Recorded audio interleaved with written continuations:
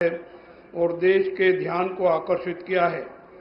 राज्य ने उन निराशावादी भविष्यवाणियों की गलत साबित किया है जो ये कहते हैं कि यह योजनाएं राज्य में वित्तीय संकट उत्पन्न करेगी व राज्य के विकास में अवरोध होगा। कर्नाटक राज्य ने देश के सबसे अधिक विकासशील राज्य होने का गौरव प्राप्त किया है तथा आर्थिक विकास और सामाजिक न्याय को समान रूप से पाया है।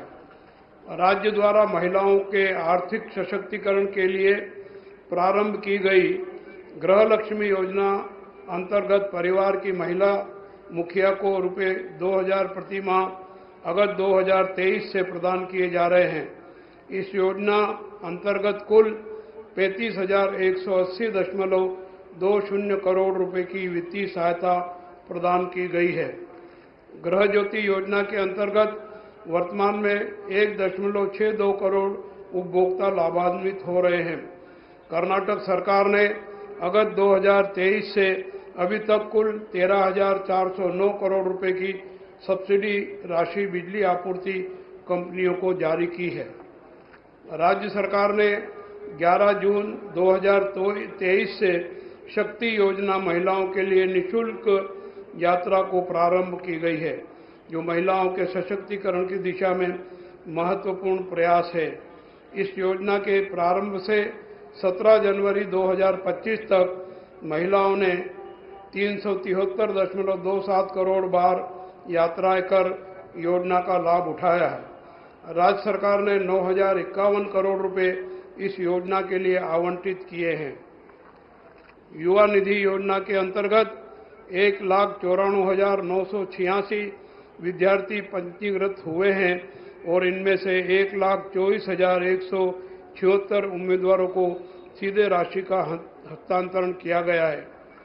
युवा निधि प्लस योजना के अंतर्गत 25,000 युवा निधि लाभार्थियों को उनकी रोजगार क्षमता में वृद्धि के लिए कौशल प्रशिक्षण दिया जाएगा। उद्योग लिंकेज सेल और भविष्य कौशल योजना के अंतर्गत 12,000 उम्मीदवारों को प्रशिक्षण प्रदान किया जाएगा।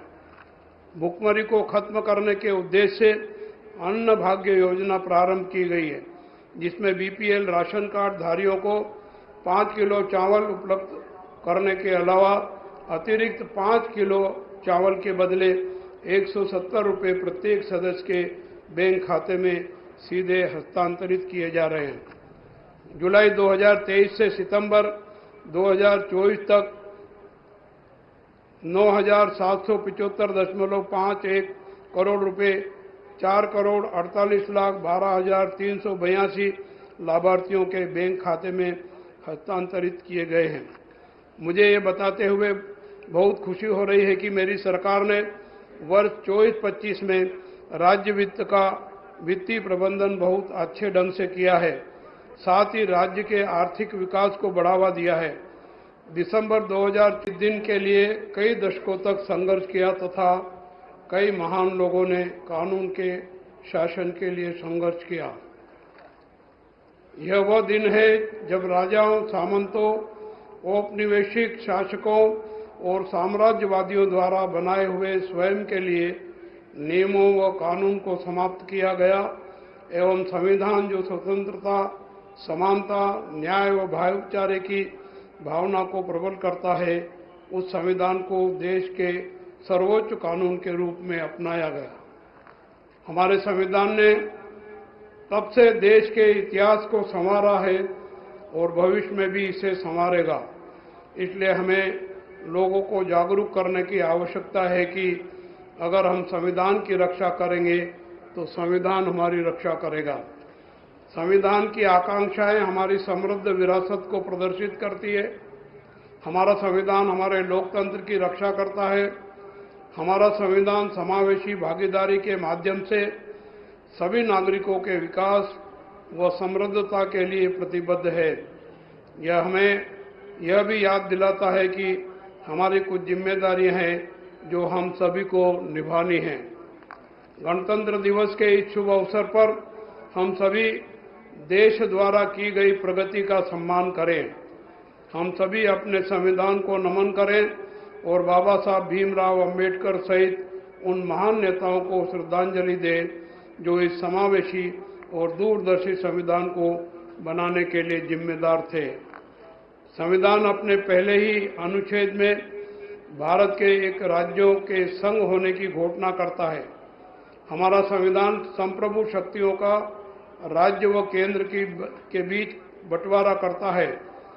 देश की एकता व अखंडता को सुरक्षित रखने के लिए जहां यह केंद्र सरकार को ज्यादा शक्तियां प्रदान करता है, वहीं राज्यों के प्रशासनिक अधिकारों का सम्मान करता है, अर्थात देश की विविधता का सम्मान करता है। हमारे संविधान निर्माताओं ने सत्ता के साझेदारी का सिद्धांत अपनाते हुए इस विविधतापूर्ण देश के प्रशासनिक व्यवस्था को हमें दिया है।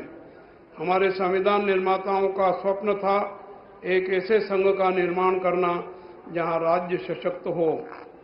अतः यह हमारी साझा जिम्मेदारी है, हम उनके दृष्टिकोण का सम्मान करते हुए देश को मजबूत बनाएं। कर्नाटक की सरकार संविधान के सिद्धांतों को कायम रखने के लिए पूरी तरह प्रतिबद्ध है। कर्नाटक ने हमेशा आवाज उठाई है जहां संघ के सिद्धांतों के साथ समझौता किया गया है। इस गणतंत्र दिवस पर हम सभी मिलकर संविधान के साथ साथ सहकारी संघवाद में अपना विश्वास दोहराते हैं।